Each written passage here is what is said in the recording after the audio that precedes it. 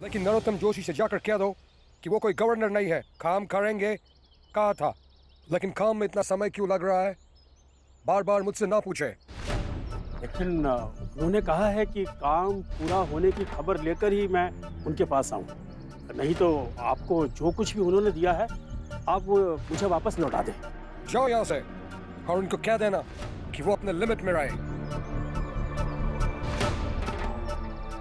राम जी, इससे पहले कोई और यहाँ आ जाए, जल्दी यहाँ से निकलते हैं। चलो चलो चलो। चलिए। नहीं काका, मैं यहाँ से ऐसे भागकर नहीं जा सकता। लेकिन भीम काका, भगोड़ा बनकर भाग जाना मतलब व्यवस्था का अनादर करना है। हम सबको पता है कि यह व्यवस्था गलत है, इसलिए इसके खिलाफ लड़ना, इसके खिलाफ आवाज उठाना, व्यवस्था बदलने की कोशिश करना सही है। लेकिन ऐसे यहां से भागकर व्यवस्था का अनादर करना मुझे सही नहीं लग रहा है। इसका मतलब हम गलत हैं? नहीं नहीं, ऐसा मत सोचिए आप। आपकी लड़ाई अलग है तो आपका भागना भी सही हो सकता है, लेकिन मुझे व्यक्तिगत तौर पर भाग जाना सही नहीं लग रहा है। लेकिन भीम, अभी मौका मिला, यहाँ से निकल चलते, वरना ये लोग हम लोगों के साथ ना जाने क्या कर देंगे। काका हद है आपके तो। ये हम सब अपनी जान मुसीबत में डाल के आपको बचाने आए हैं और आप अपने उसूलों को लेके बैठे हैं। हाँ रमा, क्योंकि उसूलों से बड़ा कोई नहीं होता, खुद व्यक्ति भी नहीं। मेरे पति पढ़ते हैं और वो हमेशा अपनी जात और अपनी जात की शिक्षा के बारे में बात करते हैं। ये भीमराव अलग किस्म का है। ये एक ना एक दिन अपनी जात का नायक होगा और दुनिया इसे इन्हीं उसूलों के लिए याद करेगी। Hands up! चलो पीछे, पीछे चलो, पीछे चलो, पीछे जाओ। तुम्हें क्या लगा था मुझे बेवकूफ बनाओगे और मैं बन जाऊंगा? हम सत्ता चलाने वाले लोग हैं।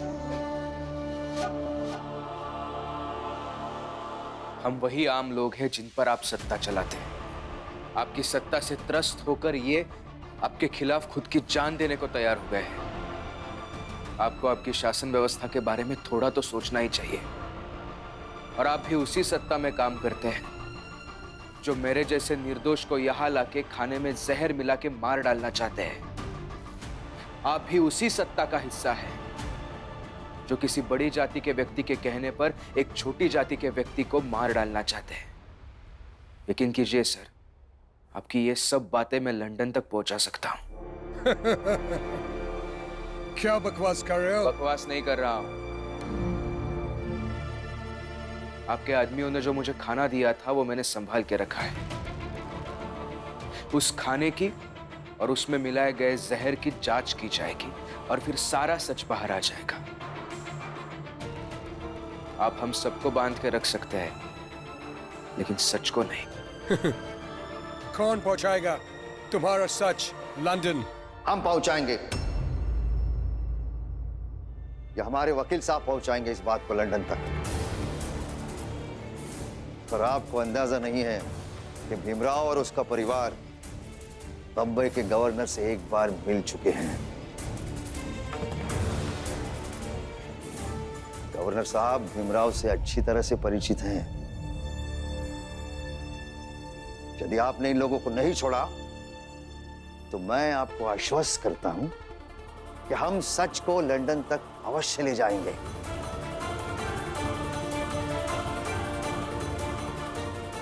छोड़ दीजिए इन सबको, नहीं तो ये बात गवर्नर साहब तक पहुंच जाएगी और आपको आपकी नौकरी से हाथ धोना पड़ेगा।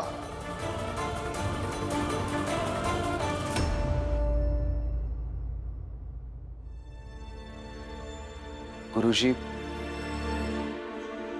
आपका बहुत बहुत धन्यवाद। चलिए।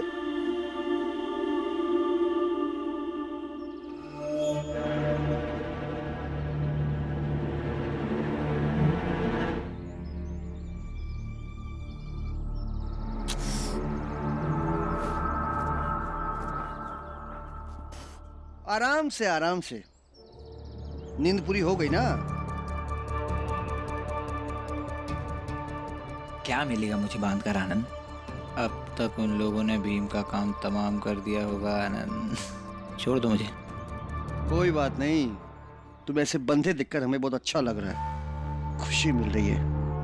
और जोशी जी, अगर मेरे भाई और रमा को कुछ हुआ ना तो आपको मैं नहीं छोड़ूंगा।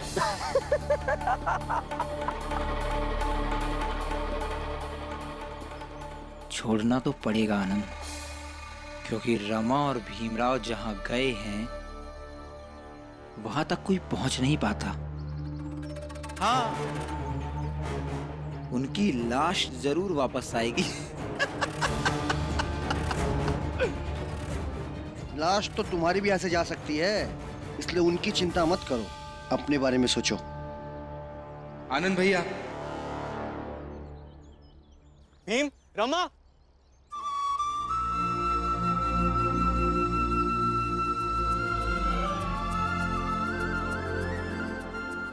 ठीक हो ना तुम दोनों? यहाँ सबको कितनी चिंता हो रही थी। हाँ भैया, चिंता मत कीजिए, हम दोनों ठीक हैं। राम जी, रात को नरोत्तम जोशी अंग्रेजी अफसर से कहने जा रहा था कि रमा भी भीम के साथ है। हमने इसे रास्ते में पकड़ लिया और बांध दिया पेड़ के साथ। आनंद, उसे छोड़ दो। पर बाबा, छोड़ दो। बाबा, मैं खोलती हूँ इनकी रस्सी। कोई जरूरत नहीं है। रमा, भीमराव, जाने दो। तुम्हारी पत्नी ने बहुत मुसीबतें मोल लेकर तुम्हारी जान बचाई।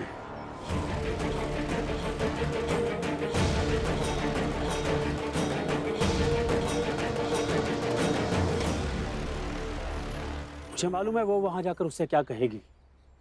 कहने दो। तुम बहुत किस्मत वाले हो जो तुम्हें ऐसी पत्नी मिली। पति से तो अक्सर पत्नियां प्यार करती हैं, लेकिन अपने पति की जान बचाने के लिए अपनी जान दांव पे लगाने वाली रमाबाई कोई कोई होती है। जी।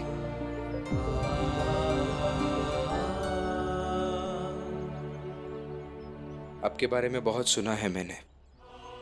आपका बहुत बहुत धन्यवाद। आपके बिना ये सब असंभव था। मैं हमेशा आपका आभारी रहूंगा। तुम्हारी बातें सुनकर ऐसा लगता है कि मैंने सिर्फ तुम्हारी जान नहीं बचाई, भविष्य में आने वाले एक नेता की जान बचाई। मैं अपनी आज़ादी की लड़ाई यूं ही लड़ता रहूंगा, लेकिन भीम, तुम्हारी कही बातें जरूर याद रखूंगा। हालांकि मेरे कहने से दुनिया बदल नहीं जाएगी, लेकिन कोशिश करूंगा कि जीवन में जितने भी लोगों से मिलूं उन्हें मैं कह सकूं कि यदि आज़ादी चाहिए तो थोड़ी लड़ाई उन लोगों के हिस्से के लिए भी लड़नी चाहिए जिनको हम रहने के लिए जमीन भी नहीं देते। ख्याल रखना भीम अपना। मिलता रहूंगा। जय हिंद।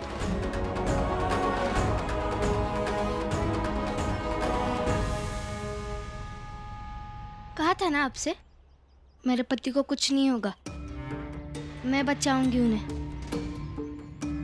बस एक बार और दुहार देती हूँ, मेरे पति के चक्कर में रहेंगे तो जीवन भर परेशान रहेंगे। पछताओगे तुम सब।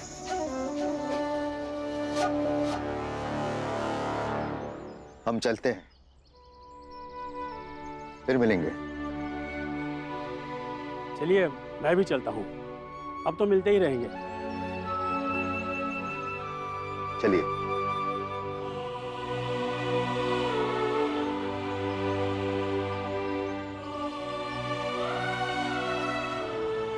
रमा, अभी शिंदे जी बोल रहे थे कि मैं बहुत किस्मत वाला हूं जो मेरे पास तुम्हारे जैसे पत्नी है। सच में रमा, तुम्हारा बहुत बहुत धन्यवाद। नहीं चाहिए आपका धन्यवाद। आपके लिए तो आपकी पत्नी से ज्यादा जरूरी आपकी उसूल है ना। उस उसूल के चक्कर में आप अपनी जान भी दे सकते हैं, लेकिन आप ये नहीं देखेंगे कि आपको कुछ हो गया तो आपकी इस रमा की क्या हालत हो जाएगी। जीते जी मर जाएगी वो। आप बस अपने उसूल संभालिए। नहीं रमा, ऐसा नहीं है। उसूल संभाले मैंने, लेकिन वह रास्ता भी तो निकाला ना। अपने उसूलों के साथ व्यक्ति हर मुसीबत से निकलने का रास्ता ढूंढ सकता है। उसूलों के साथ साथ हालात को भी देखकर अपने लोगों के हितों को समझकर फैसले लेने चाहिए। लेकिन ऐसे कठिन परिस्थितियों में और स्वार्थ के समय में ही तो उसूल की असली परख होती है रमा। ठीक है, आप सही है और मैं गलत हूँ। सुनो तो रमा। बाबा घर चलिए। रमा, बात सही और गलत की नहीं थी। बाबा घर में दूध नहीं था, मैं दूध लेकर घर जाती हूँ। रमा, रमा। भीम, बेटा रुक जाओ।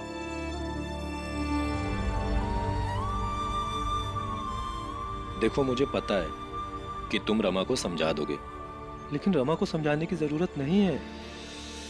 बेटा, तुम इस तरह से सोचो कि इतनी मुसीबत और दिक्कतों के बाद भी रमा तुम्हें छुड़ाने के लिए आई, और तुमने उससे क्या कहा था?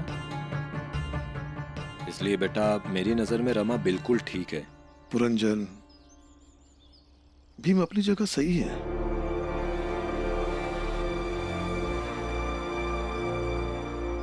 भीम बेटा, आदर्श और उसूलों पर चलने वाले के जीवन में सबसे ज्यादा टकराव उसके घर में ही होता है, और कई बार उसके घर वाले भी सही होते हैं। और मुश्किल बात यह है, जब दो सही के बीच टकराव होता है तो सही गलत के बीच जो फर्क होता है वो फर्क नहीं बच पाता। लेकिन बेटा, बहादुरी इसी में है कि उस बारीक फर्क को समझते हुए अपने उसूलों पर चलते रहो। और भीम बेटा, तुम जीवन भर चलते रहना। क्या है ना बेटा, बड़ी शख्सियत बनने के लिए बड़ी कीमत भी चुकानी पड़ती है।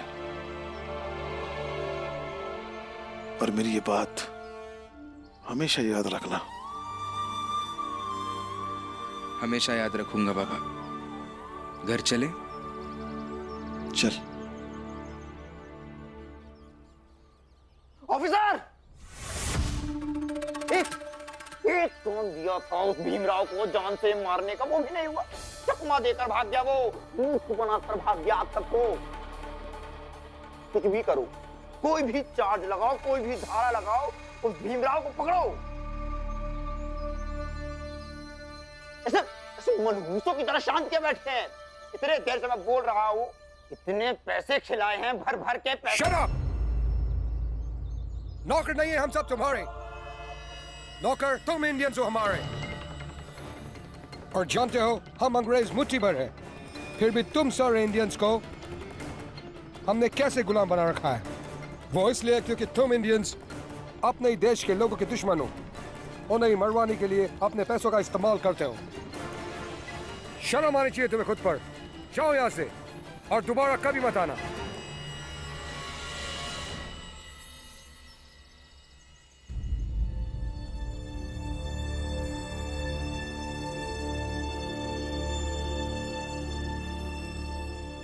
रमा दीदी, रमा दीदी आ गई, रमा दीदी आ गई। रमा दीदी, जीजाजी कहाँ हो? आ रहे वो। आ गए दोनों के दोनों। ये क्या पहन ली तू? बेटा तू ठीक तो है ना? ठीक हूँ मैं। रमा, ये का हुलिया बना रखा है? और भीम कहाँ है? आ रहे वो। रमा,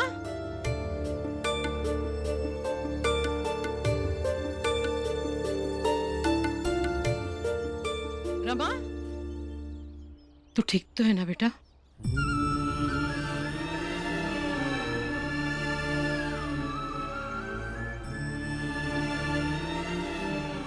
भीम, भीम, भीम कहाँ है?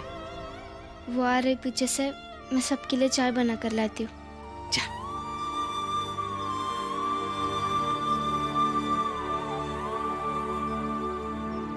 आई, हम चाहे जो भी कर ले, भीम बाबू और रमा सुरक्षित वापस आ ही जाते हैं। लगता है नरोत्तम जोशी से भी कुछ नहीं हो पाया।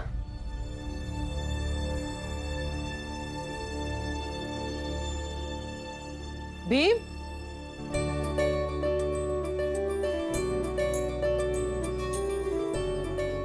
आ गया तू? तू ठीक तो है ना बेटा?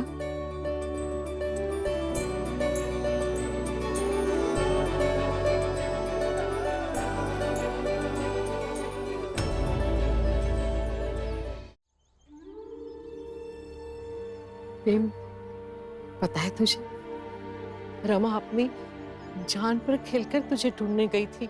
सच में बुआ, आज मैं सही सलामत दिख रहा हूं, वो सिर्फ रमा की वजह से। रमा ने जान दाव पर लगा के मुझे वहां से छुड़ाया है। और फिर बाबा, पुरंजन काका, केलुस्कर गुरुजी, शिंदे जी सब वहां पे आ गए। शिंदे जी भी यही कह रहे थे, पति से प्रेम करने वाली पत्नियां तो सभी होती है, लेकिन पति की हिफाजत करने के लिए इस हद तक जाने वाली रमा जैसी कुछ ही होती है।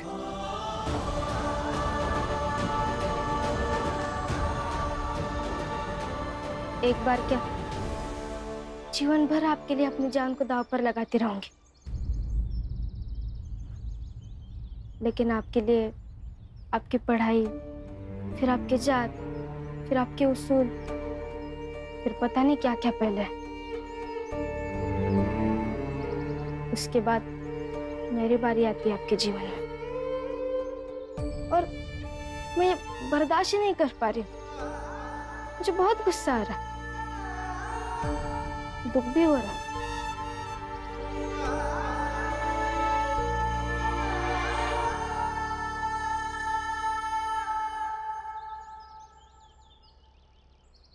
ज्यादा खुश होने की जरूरत नहीं है।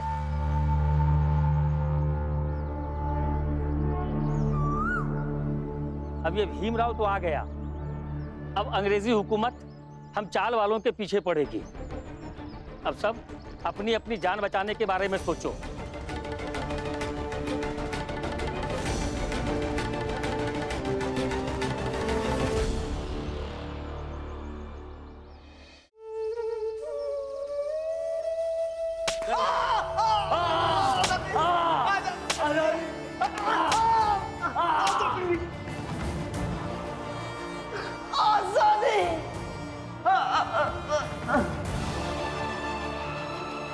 हालांकि मेरे कहने से दुनिया बदल नहीं जाएगी, लेकिन कोशिश करूंगा कि जीवन में जितने भी लोगों से मिलूं उन्हें मैं कह सकूं कि यदि आज़ादी चाहिए तो थोड़ी लड़ाई उन लोगों के हिस्से के लिए भी लड़नी चाहिए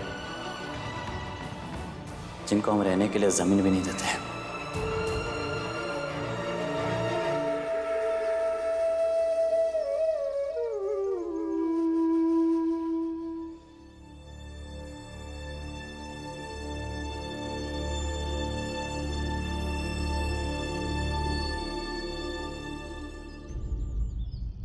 भीम बेटा, तुम्हें थोड़ा सतर्क रहने की बहुत जरूरत है और अपना ख्याल भी रखना होगा कि तुम अंग्रेजी हुकूमत और क्रांतिकारियों के संघर्ष में फंस न जाओ और यही कई उलझ के तुम अपनी यात्रा खत्म न कर दो।